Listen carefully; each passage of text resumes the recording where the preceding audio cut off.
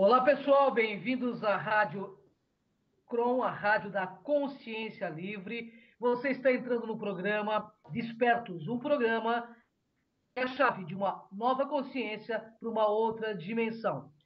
Estamos aqui hoje com Maria Carmen Pereda, MC Pereda. Ela é formada em Química e PhD em Farmacologia pela Unicamp, autora da série de livros O Sol Negro, O Retorno das Sociedades Secretas do Vril, O Sol Negro, A Cidade Secreta do Vril. E o terceiro da série está em andamento.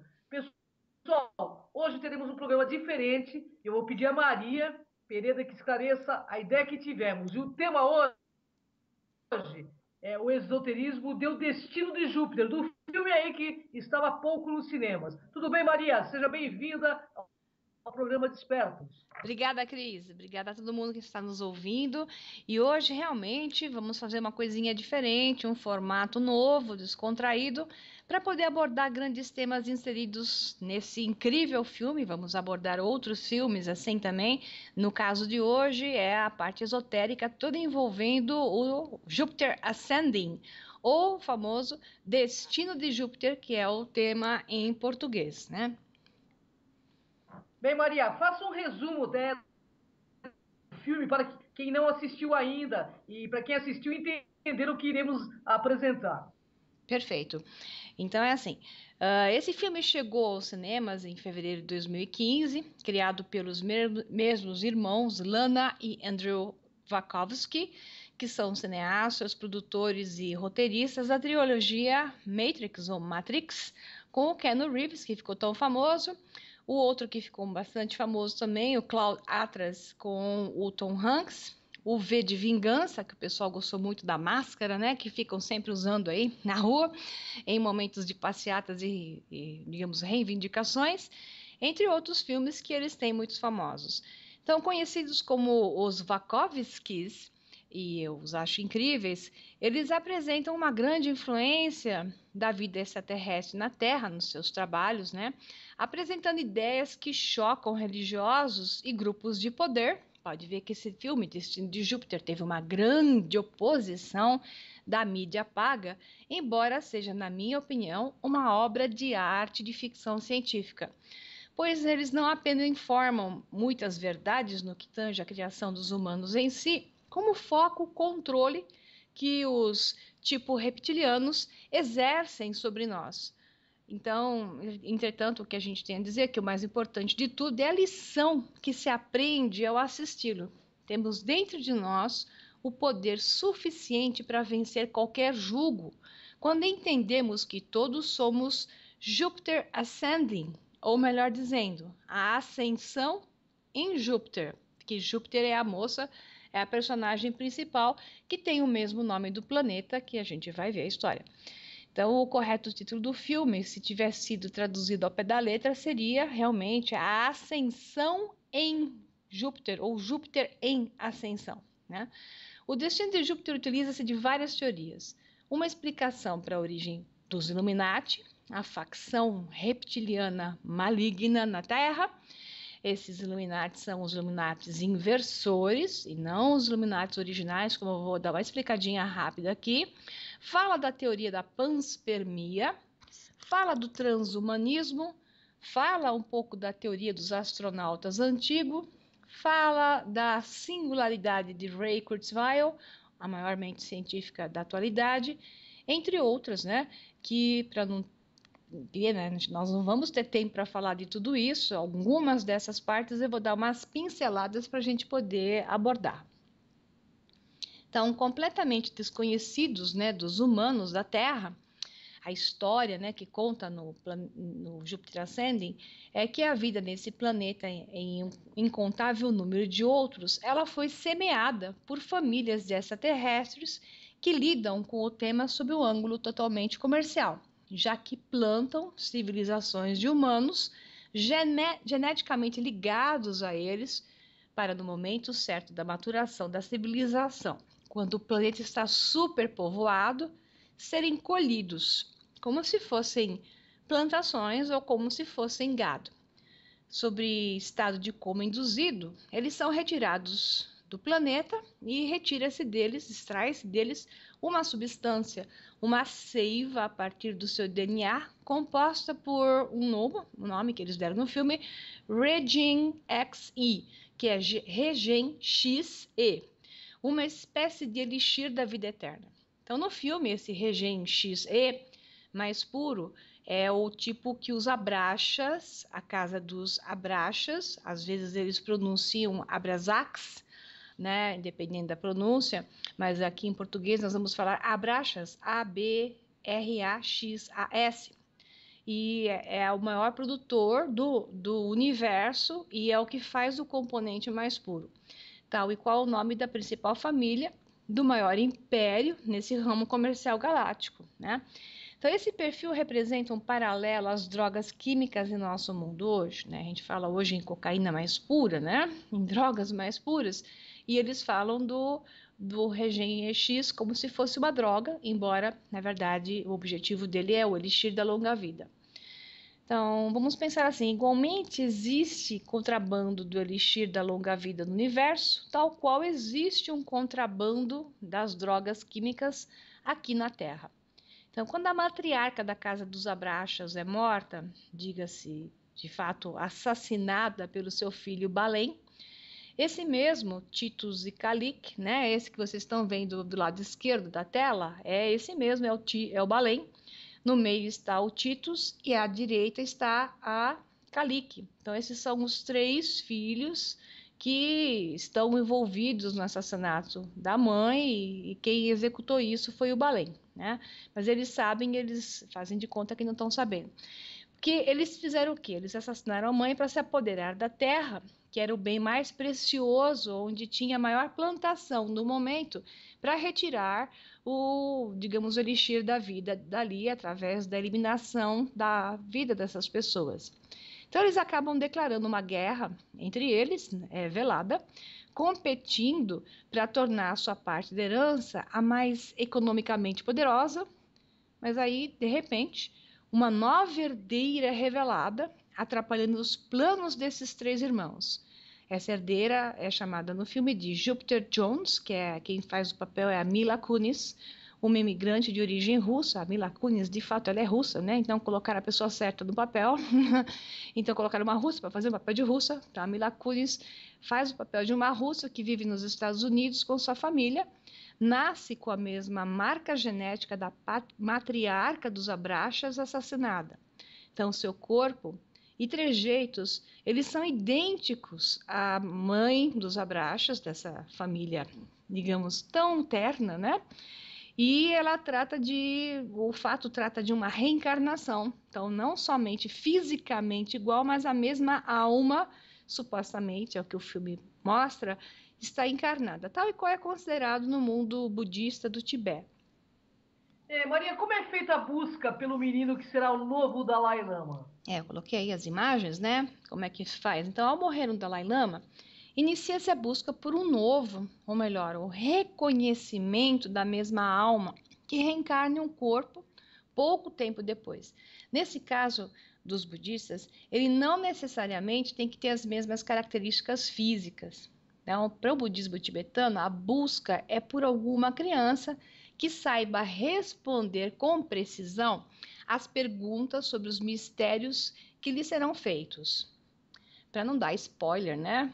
Muito grave, caso os que não viram o filme nos escutem agora, eu vou revelar apenas algumas partes esotéricas e o mínimo possível da trama em si. Assim eu continuo por aqui, né? Então a bela Júpiter, que está sendo abraçada pelo seu galã, aliás, diga-se passagem, que galã, Ave Maria, né? Ele tem essas asinhas, são asas mecatrônicas, elas não são naturais, mas ele é uma mistura de humano híbrido, que eu vou explicar já já. Então, ela é a ascendente ao trono de Júpiter e ela tem que recuperar o seu título, né, que é o título de rainha ou imperatriz do universo. Ela, para não ser morta pelos irmãos novamente que descobrem a sua existência, ela é salva pelo esse rapaz com asinhas chamado Kane Wise. Então, Kane de cão, né, e Wise de sábio. É o nome que eles jogaram, né? Note o personagem, né? Vivido pelo Channing Tatum, que é o ator principal.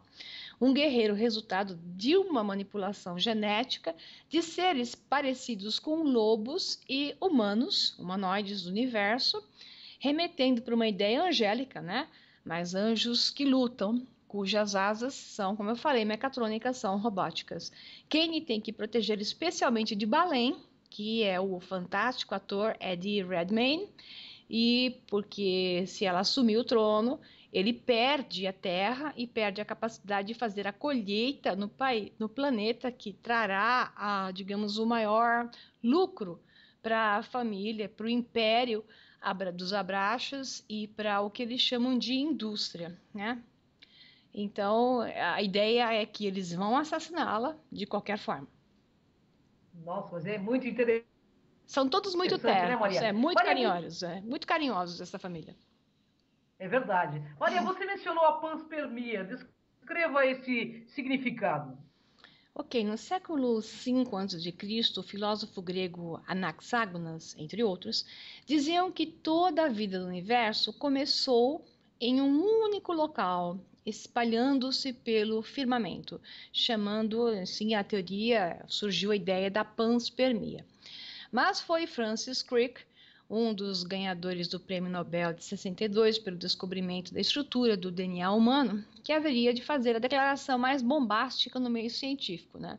Simplesmente atônito perante a complexidade da vida, que ele descobriu aquele sistema do DNA humano, ele defendeu várias vezes e por escrito a opinião de que os problemas advindos da crença na origem da vida como um produto do acaso eram tão grandes que deveríamos considerar a ideia de que alienígenas tenham enviado uma nave à Terra para semeá-la.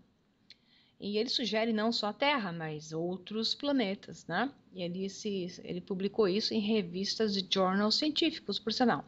Então, no filme O Destino de Júpiter, a panspermia é realizada pelos Abraxas e outras famílias de humanos do universo, ou vou dizer, humanoides, que não são citadas, né? Então, o foco do filme é em cima dos Abraxas, o grande império do universo, aplicando-se uma marca genética ou a do família em si, da marca Abraxas, que é o foco do filme, em espécies primitivas que recebem tal informação genética, alterando o seu processo evolutivo e fazendo semelhantes a Deus. Segundo o filme, a vida humanoide se originou em um planeta específico, chamado Horus, e uma clara alusão ao mundo dos Illuminati e ao olho de Horus, aquele olho que tudo vê.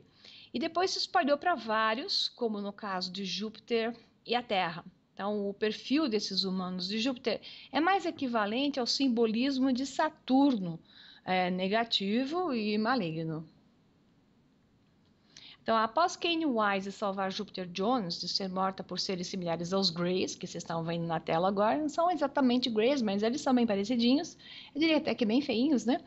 Enviados por Balem, ele a leva até Júpiter para reclamar seu título na realeza, rainha do universo, e o seu direito à Terra, porque ela era a dona da Terra, essa é a parte que ela tinha por direito até na sua herança. O tal Balém, ardiloso e malvado, me recorda alguém da Bíblia. Seria o Balaão? Exato, a antagonista do filme, ele, né, remete para Balaão em inglês, que em português seria Balaão, números 22. Balaão é um personagem do livro dos Números, quarto livro da Torá. Balaão foi o profeta a quem Balaque deu instruções para amaldiçoar o povo de Israel em Note. Para os místicos hebreus, desprovidos das vestes restritivas da religião, eles não entendem o tal povo escolhido da Torá como um grupo específico da terra, e sim como toda a humanidade. Assim, Balém veio para amaldiçoar toda a humanidade. Maria, voltemos ao conceito filosófico sobre o renascimento da mesma alma, que no filme acontece com Júpiter Jones e está relacionado com o implante genético. No caso desse filme, é mostrado que a reencarnação pode ser dada baseada na mesma informação genética, mas agora a alma expressa uma maior elevação. Se ela foi a mãe de Balém e da Casa dos Abraxas, esta encarnação na Terra é uma versão melhorada expressando a verdadeira nobreza pela personalidade apresentada e não por ser detentora de um título. E afinal, o que as abelhas têm a ver com isso? Isso é muito bem observado, Cris, a questão das abelhas, inclusive, né? O símbolo das abelhas é usado por diversas casas reais aqui nesta terra, né? Interessantemente, uma provável alusão à linhagem real, algo que tem a ver com a expansão e passagem do DNA original, daí as abelhas fazendo a panspermia, polinizando. E no filme elas fazem mais do que isso, elas estão conectadas por ressonância à casa da Brachus, por isso que a Jupiter Jones, quando chega à casa de um personagem do filme, que eu não vou ficar tirando a graça, as abelhas vão em volta dela e ela faz movimentos com os braços e as abelhas a obedecem, né? Mas nesse caso, essa personalidade adquirida na Terra, que é representada por Jupiter Jones, é a de um ser nobre, considerando a nova personalidade da recentemente encarnada. É um upgrade da mãe da família dos Abrachas, mas como vocês verão no filme, quem não viu ainda, na verdade, ela foi assassinada porque no final da vida ela já se deu conta de que aquilo lá não estava certo. Né? E ela se revoltou contra. Igualzinho acontece com o mundo Illuminati. Se você for contra, né? Você é eliminado, né? Não só, né? Aviões caem, aquelas coisas todas que a gente já sabe que ocorre aqui no Brasil também, né? Como ela não se lembra da vida passada, ela expressa o que a gente chama de uma nova chance nessa nova vida. Uma conexão mais ligada à fonte divina, desprovida de ego. Jupiter Jones é uma moça realmente desprovida de ego. Por isso, ela era uma simples trabalhadora na Terra que trabalhava para poder viver com o mínimo, mas note, explorada, né? Como todas as mulheres da família dela, pelos homens da mesma. Esse é um aspecto que passa desapercebido para muitos no filme. O que o filme mostra com isso? Ele mostra a falta de equilíbrio no balanço da energia masculina e feminina na Terra, nesta Terra, típica de um processo instalado de plena dominação. Por isso ainda somos dominados, porque a energia da dominação e julgo faz parte desta terra ainda. A energia feminina tem que ser aumentada. Quando equilibrarmos a energia das polaridades masculinas e femininas, integrando-as, não mais seremos dominados por outros, pois não espelharemos mais a realidade do que fazemos aqui e não teremos o espelho de lá fora alguém dominando a nós mesmos, dentro para fora, né? Então, lembro que o que se vê lá fora é um espelho do que temos aqui dentro, novamente. Com certeza, Maria. Então, essa é a mesma filosofia dos Filhos da Luz?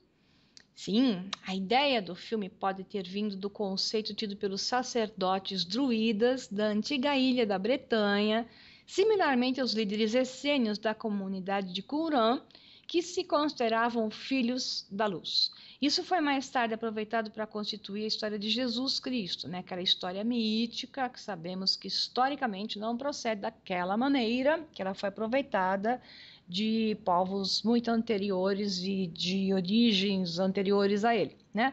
Então, esse processo ele teria suprido a comunidade com um fluxo de almas reencarnadas, permitindo-lhes acreditar, no caso dos essênios, que seus líderes estivessem transcendendo suas curtas vidas.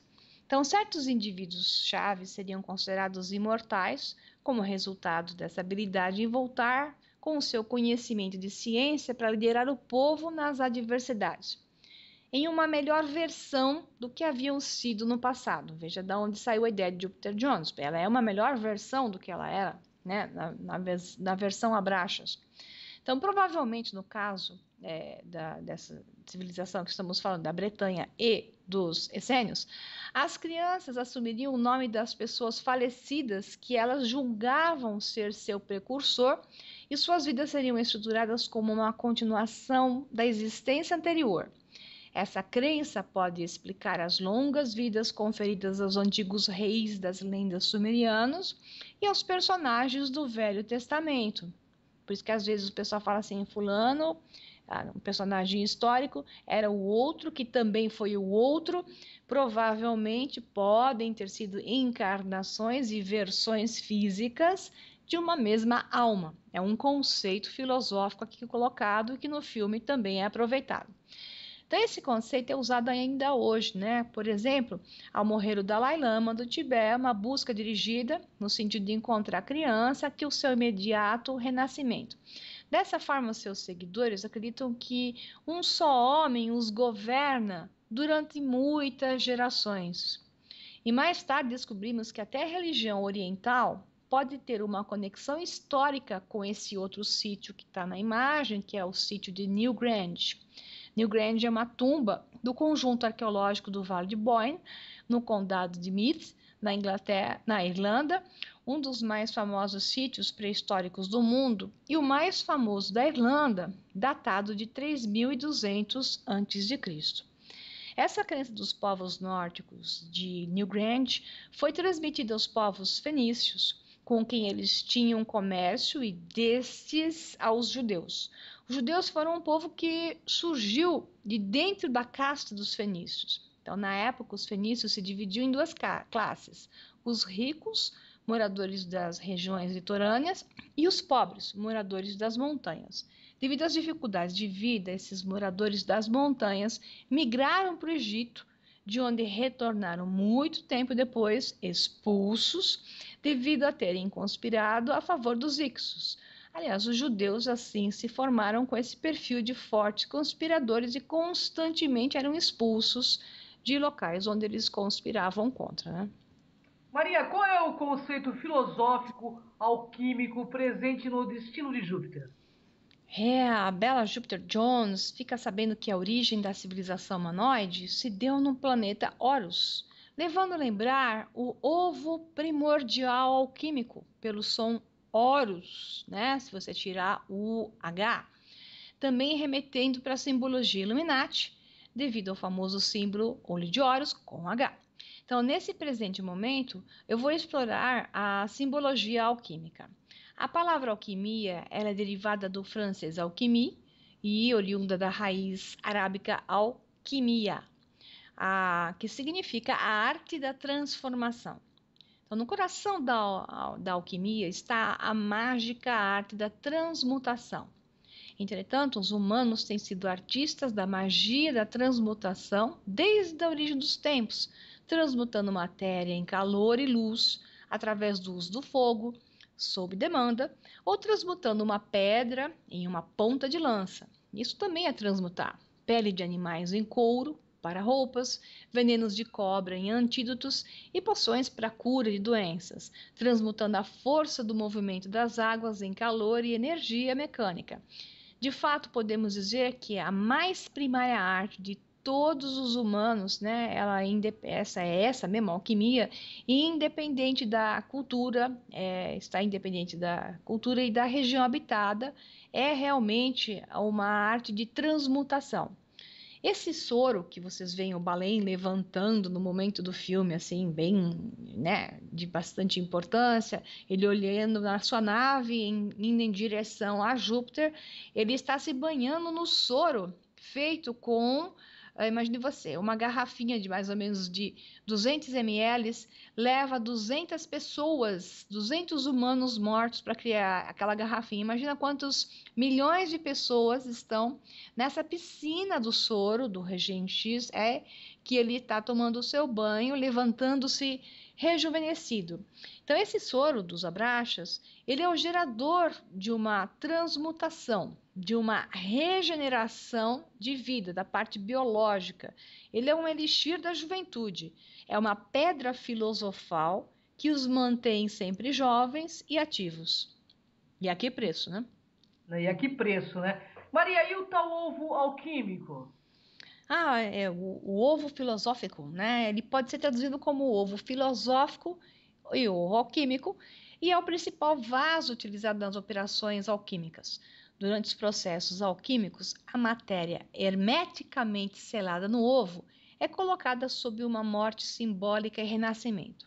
Quando o ovo ele é quebrado, uma nova substância mística emerge, considerada um elixir, que prolonga a vida, além de atuar como um catalisador que melhora tudo que entra em contato. É bem a ideia desse elixir do filme, né? Essa substância, que foi chamada de pedra filosofal, ou às vezes embrião dourado, ele poderia transformar um metal em ouro e transformar uma pessoa normal em um iluminado, e mantê-lo jovem e vivo para toda a eternidade. Daí veio toda a ideia desse elixir da juventude do filme. Mas a que preço? De novo a frase, eu vou sempre dizer isso, né? O conceito do embrião dourado é único e ainda mais misterioso, e, portanto, era muito difícil para os antigos classificarem e descreverem em termos normais o que ele representava. Por exemplo, eles ficavam assim, tratava-se de uma pedra, que chamavam ela de pedra filosofal, ou tratava-se de uma planta da qual se extraíam substâncias e se tomava um líquido que gerava os seus efeitos. O ovo dourado é também muito sagrado e frequentemente descrito com outros nomes, como o Sol da Terra, o Sol central, no centro da Terra, aquele Sol que o pessoal fala que a Terra é oca e tem um Sol central. Então, é até chamado de o Sol Negro, né? O nome dos meus livros. Existe um cogumelo dourado que foi chamado de soma, palavra em sânscrito que significa néctar da consciência, com o qual se preparava uma bebida na antiguidade, e ainda hoje alguns assim o fazem, né? Quando esse cogumelo desenvolve sua forma final, ele gera duas partes arredondadas, a parte superior lembrando o Sol e a inferior lembrando a Lua. Daí as imagens em gravuras sobre alquimia que você tem aí na tela, de Hermes Trismegisto segurando um ovo primordial em uma mão e apontando para o Sol e a Lua conectados, tendo o Sol acima e a Lua abaixo. Então, é uma ideia também do Sol negro, né? Porque é o eclipse do Sol feito pela Lua, é também a ideia do equilíbrio das duas energias, a espiritual e a psíquica da Terra, para que você tenha um momento onde você descubra quem você é, né?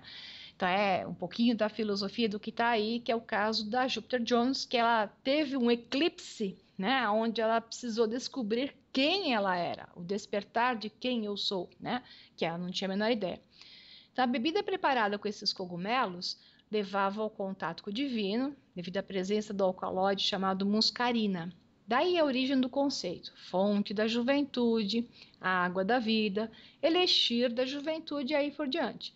Todos oriundos desse ovo primordial alquímico, ou seja, conectar-se com a fonte original nos dará a vida eterna, pelo menos filosoficamente falando, né?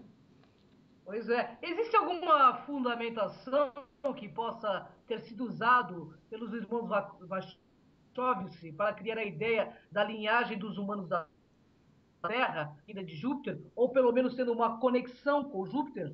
Sim, e o nosso DNA, né? Nossa dupla hélice com degraus, que as bases nitrogenadas, elas são dispostas como se fossem degraus. A escada de Jacó, as correntes de Júpiter. Vamos caminhar nessa direção e eu creio que eles usaram uma mitologia, um esoterismo muito bonito aqui, né? E vamos avaliá-lo. Então, o conto mítico sobre a escada de Jacó, encontrado na Bíblia, relata o processo alquímico para chegar a uma completa gnose, ou seja, iluminação. Em teoria, a escada simbólica, essa escada simbólica pela qual teremos que galgar se desejarmos alcançar o estado divino, ou seja, eu digo que é a ativação do DNA que nos levará ao estado divino. Outros dizem que é a ativação da Kundalini, que é a serpente da nossa coluna vertebral, que vai nos levar ao estado divino. Mas, de qualquer forma, estamos falando de uma ideia da escada de Jacó, os dois pilares e os degraus que lembram exatamente a estrutura do DNA. E, para chegar nisso, o principal é necessário purificar nossos pensamentos, hábitos e ações até atingir o processo final da nossa ascensão, ao ativar todos os nossos 7 sentidos e as partes inativas do DNA, que é o que vem acontecendo, né, com as novas gerações que estão nascendo. Homero, o autor grego da Ilíada e da Odisseia, reverenciado por ser o maior de todos os antigos poetas gregos, descreveu a escada de Jacó como as correntes de Júpiter caindo do céu para a terra. Então foi Homero, né, que foi o primeiro a dar essa ideia da escada de Jacó, dizendo uma interpretação para a escada, dizendo que eram as correntes de Júpiter caindo do céu para a terra. Por que ele chamou de Júpiter? É muito interessante, né? E o filme aproveitou isso, levando ao aumento da necessidade e seu significado simbólico. Albert Pike escreveu em sua obra Moral e Dogma o seguinte: a escada que leva à ascensão tem 7 degraus ou 7 níveis de consciência, podendo também ser entendido como 7 esferas representando os 7 planetas. Misterioso, né? Buscando maior entendimento sobre o que está por detrás do mistério das correntes de Júpiter, primeiramente é necessário entender a descrição do que aparece em Gênesis 28, 10 a 19. Então, o famoso poeta italiano da Idade Média, Dante, nos deixa mais dicas inseridas nas alegorias da Divina Comédia. Enquanto dormia, entre em contato com o chamado de Shining Eyed St. Lucy, que uma tradução seria Santa Lúcia com olhos brilhantes, que o retira do vale para os portões do purgatório. A águia diz a ele que a justiça é uma obra de Deus e que não cabe aos homens. A águia, nesse caso, é o anjo ou o espírito. Uma alegoria ao planeta Júpiter, nome em latim do deus Zeus, ligado ao pássaro da humanidade. Lucy é Lúcifer, é o fósforo, do grego fósforos, que acende o nosso DNA, acendendo e ativando, lembrando ao homem quem ele realmente é. A pedra onde Jacó depositou a cabeça enquanto dormia e viu os anjos descendendo e ascendendo pela escada é o fósforo, que ativará o nosso DNA, a verdadeira pedra filosofal. Então, essa foi uma explicação bem ao estilo maçônico que eu aproveitei aqui e coloquei na alegoria do filme. Fantástico, né? É tanto conhecimento que eu fico aqui bebendo, né? De todos esses conhecimentos que a Maria presenteia a gente toda semana aí, né, pessoal? Bem, Maria, a casa de Abraxas no filme poderia ser facilmente chamada de Casa do Olimpo, quando os deuses planejaram a guerra de Troia, levando o patético Paris a tirar a princesa Helena de Menelaus. Os deuses dão a vida e atiram quando desejam. O que você acha disso? Pois é o que os falsos deuses gostam de fazer, porque tem os que se travestem de deuses, mas tem os falsos deuses, né? Então, para responder, vamos avaliar a questão Illuminati dentro de O Destino de Júpiter. O que ou quem são esses Illuminati originais, que são, na verdade, no filme, os inversores? Então, eu vou responder abordando a parte filosófica religiosa, gnóstica mesmo, posterior a uma vinda extraterrestre, de seres especiais que aqui estavam para nos dar conhecimento, nos oferecer a maçã na árvore do conhecimento, e por conta disso mesmo foram chamados de serpente do mal, pelos que não queriam que conhecêssemos da árvore da vida e da morte, do bem e do mal, das polaridades, e assim, ao conhecermos isso, nós teríamos a chance de ser deuses como eles, mas esses não desejavam isso, né? Então, para compreender um pouco sobre esse tema, eu vou dar uma pincelada sobre a origem do grupo dos Iluminados, ou Illuminati da Grécia, foram chamados Illuminati, na verdade, só depois com a Roma antiga, o termo Illuminati é latim, então vamos chamá-los de os Iluminados da antiga Grécia, chamados de Iluminados ou Illuminati pitagóricos, que são os originais positivos, né? Então, em primeira mão, vamos delinear a religião e a filosofia da antiga e controversa sociedade secreta, conhecida como Illuminati originais, na qual o famoso sábio matemático e filósofo grego Pitágoras, por volta de 500 a.C., foi o seu primeiro grão-mestre. Somente muito depois, na Renascença na Alemanha, é que surgiu um outro grupo, os Illuminati da Baviera, liderados por Adam Weishaupt, um novo perfil, que aqui já não cabe discutir, mas que já começa a ser, digamos, das duas polaridades. Tinha intenção positiva, mas também tinha algumas intenções negativas. Então, quem estiver interessado no tema por completo, basta buscar um programa Despertos no canal YouTube, do YouTube chamado Croon TV, Kroon TV, ou no meu canal, que é o Sol Negro 11, sob o título Os Illuminati, uma visão gnóstica e os Illuminati na Antiga Roma. Vai entender isso direitinho.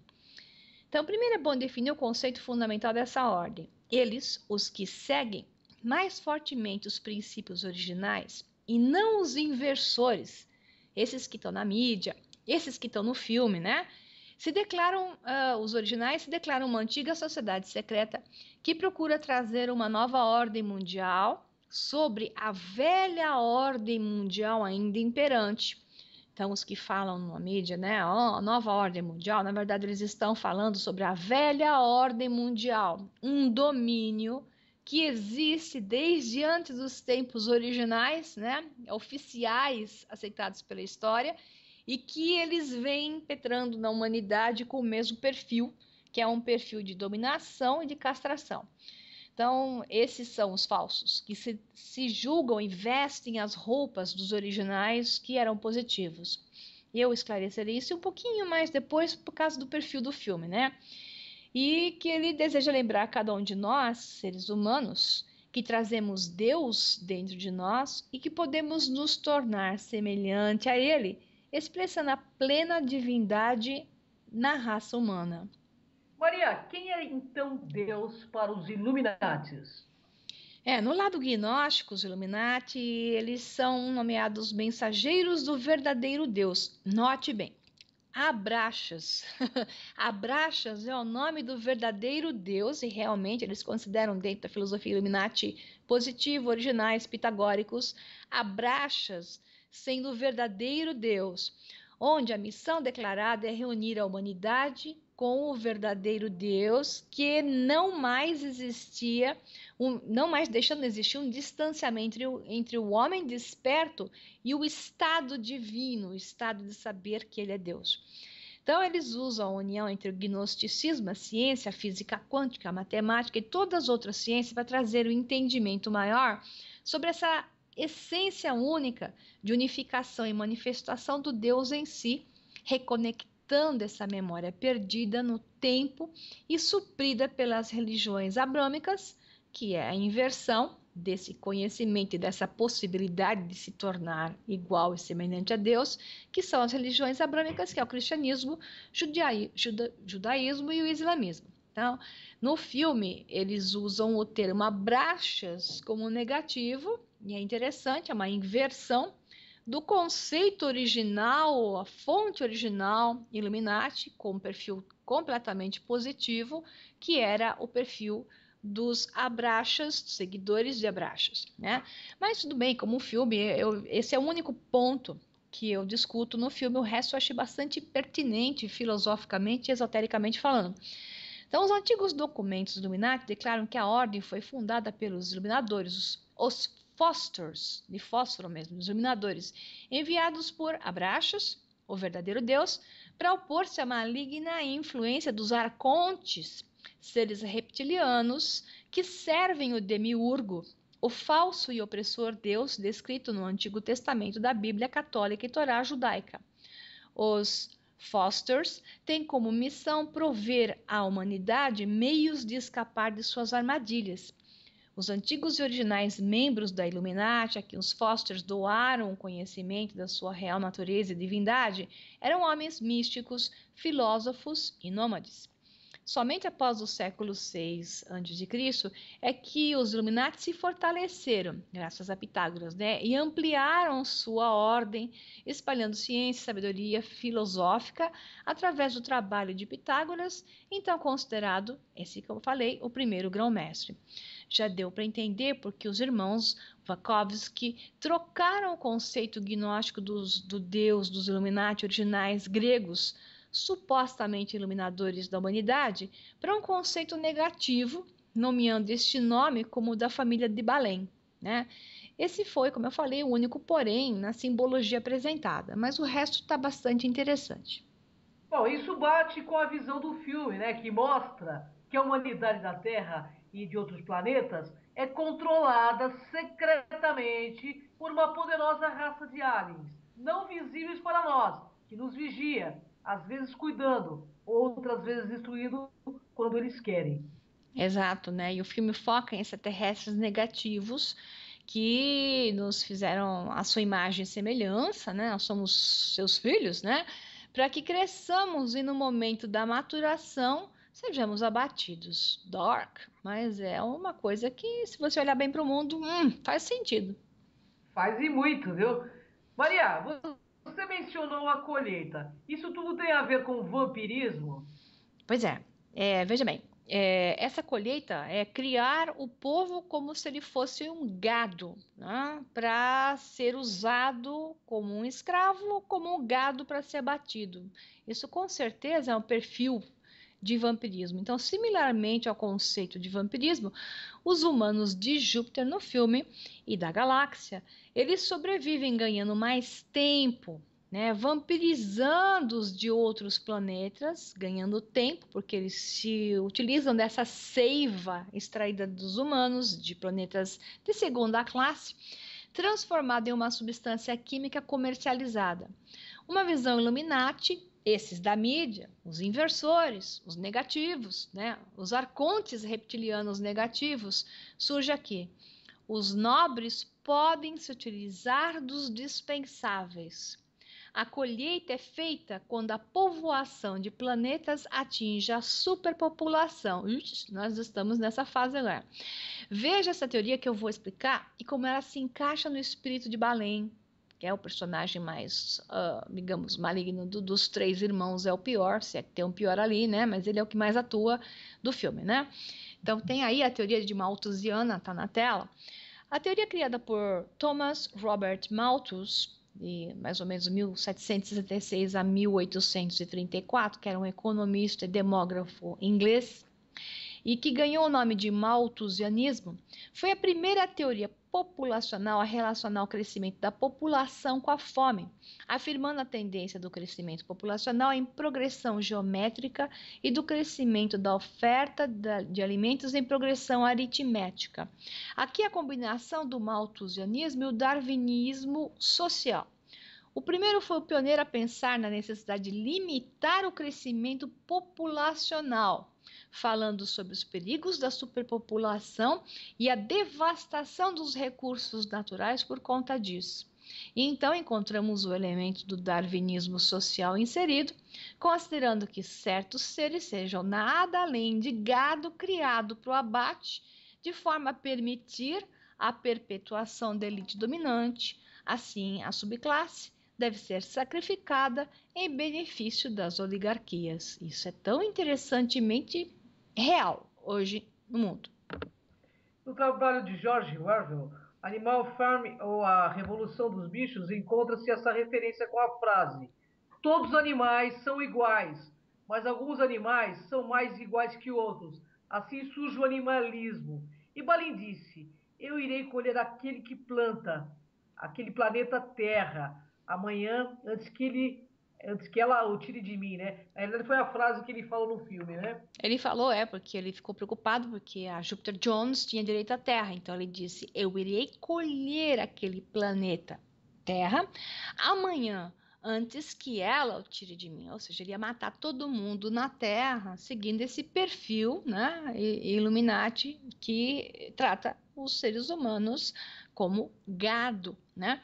Então, durante os séculos 18 e 19, houve um acentuado crescimento demográfico devido à consolidação do capitalismo e à Revolução Industrial, que proporcionou a elevação da produção de alimentos nos países em processo de industrialização, diminuindo a taxa de mortalidade, principalmente na Europa e nos Estados Unidos.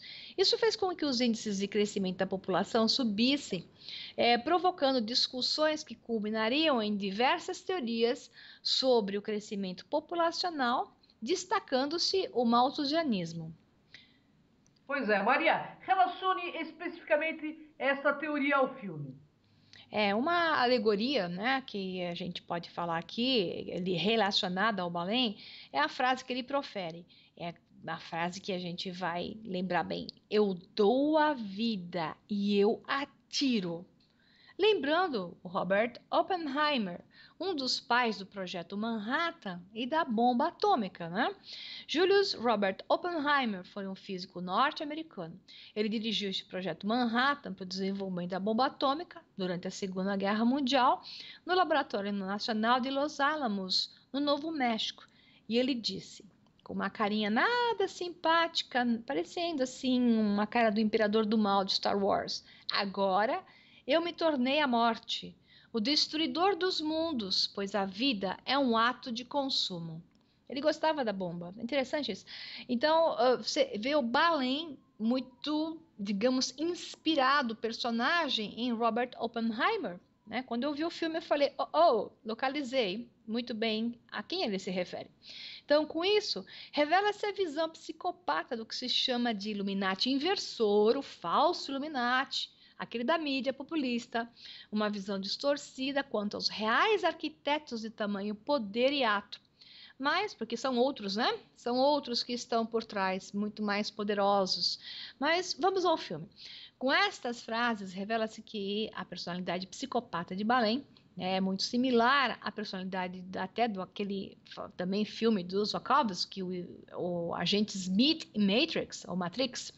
Enquanto ele torturava Morpheus, ele estava mostrando a raça humana como um vírus que consome os recursos do planeta, né? O agente Smith diz isso para Morpheus, diz para ele que a raça humana era um vírus que consumia os recursos do planeta, tal e qual uma praga. Quer dizer que os irmãos Wachowski continuam falando, né? A mesma coisa, apontando para ideias Illuminati que querem diminuir a população na hora certa, só na hora da superpopulação.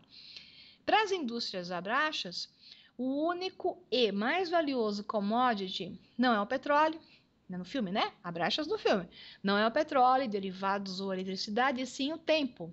Entretanto, de alguma forma, a elite se torna o parasita, predador de vidas de menos valor para eles, do ponto de vista deles, para perpetuar e prolongar as suas, uma forma moderna de vampiros. Então, voltamos aqui à teoria de Malthus, caracteriza-se pelo grande pessimismo em relação ao crescimento populacional. Então, Malthus acreditava que o crescimento demográfico iria ultrapassar a capacidade produtiva da Terra, gerando fome e miséria. Segundo Malthus, as únicas formas de evitar que isso acontecesse seria, note bem, reduzindo a taxa de natalidade através da proibição de que casais muito jovens tivessem filhos, do controle da quantidade de filhos por família nos países pobres, do aumento do preço dos alimentos e da redução dos salários para forçar as populações mais pobres a ter menos filhos.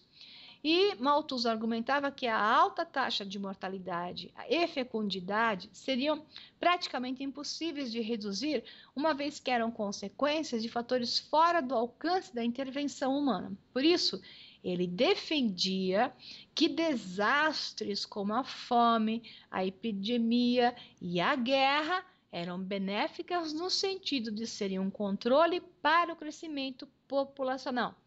Será que vocês estão entendendo o status quo do mundo, onde estamos vivendo e onde se articulam esses processos constantemente?